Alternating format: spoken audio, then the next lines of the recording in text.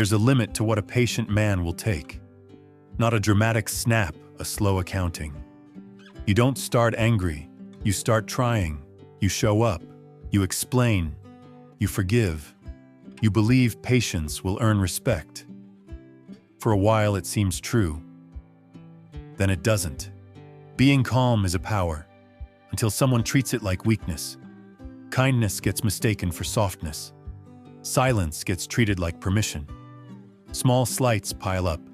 Sarcasm, coldness, passive digs. Each one moves the line a hair. The patient man tolerates. He tells himself it's temporary. He swallows truth to keep the peace. He thinks endurance equals love. That's erosion. Not fireworks, but 1,000 tiny cuts. Not because she's evil, but because chaos feels alive to some people. If you give calm, they probe. They push the edges to see where you stand. When you never push back, the tests escalate. He loses himself inch by inch. You're not weak for trying. You're naive if you assume effort will fix everything.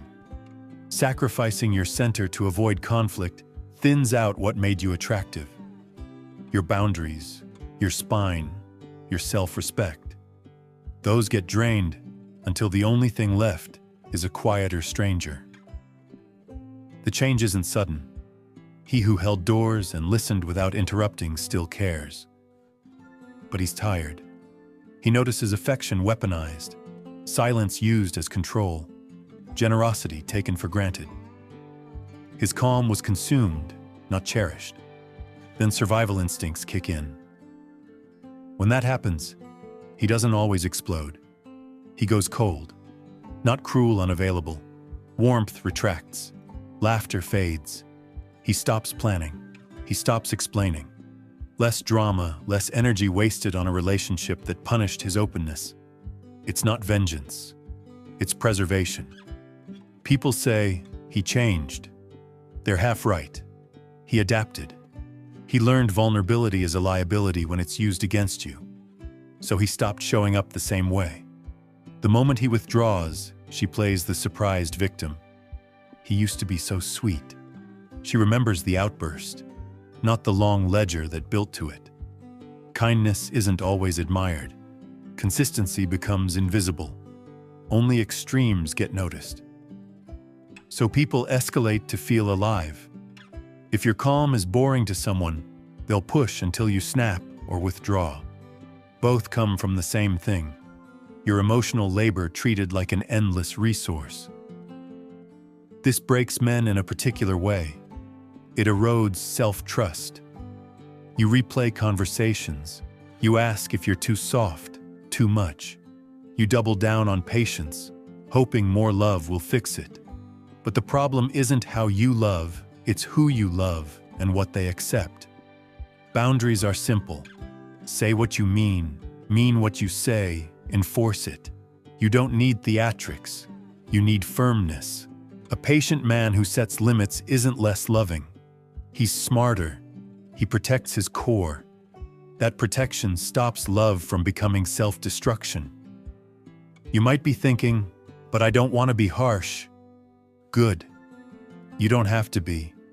Setting boundaries isn't cruelty. It's clarity. It looks like small, consistent actions, calling out mocking tones, refusing to be the butt of jokes, not accepting silent treatment as punishment.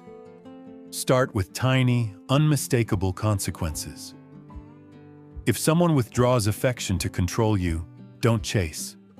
If they belittle you in front of friends, leave the room. These aren't power plays. They're map markers that show what you will and won't tolerate. When the balance tips, blame lands wrong. Friends call your bluntness anger. Nobody points to the small betrayals that built the distance. It's convenient.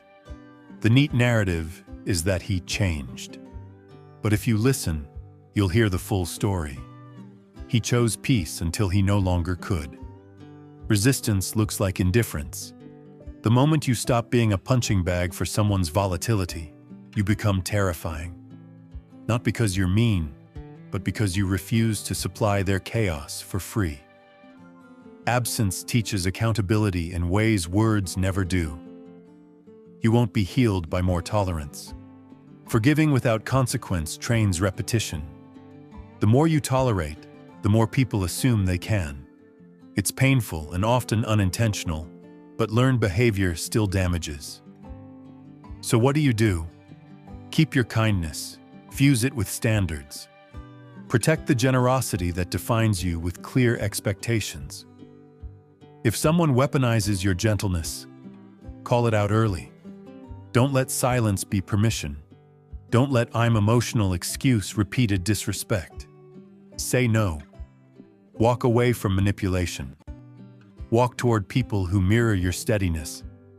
There will be nights you stare at the ceiling, rewinding every moment, wondering what you missed. That's normal. Use that energy not to self-blame but to rebuild. Practice saying, "I won't accept being spoken to like that," and mean it. Practice small exits. Practice boundaries that can be repeated without drama. Clarity replaces chaos. Choosing yourself won't feel cruel. It will feel like reclaiming what you lost. Dignity, peace, the right to be treated like a priority, not background noise. You don't leave to hurt someone. You leave to protect your soul. This isn't a manifesto against women. It's a warning to anyone who treats endless patience as a moral badge.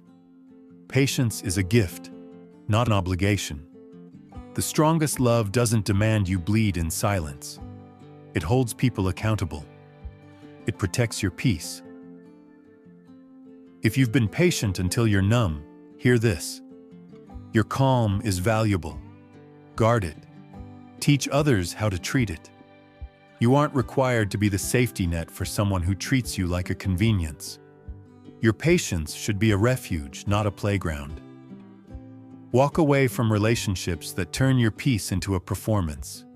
Stay in the ones that value quiet. You'll lose people who loved your availability, not you. That's fine.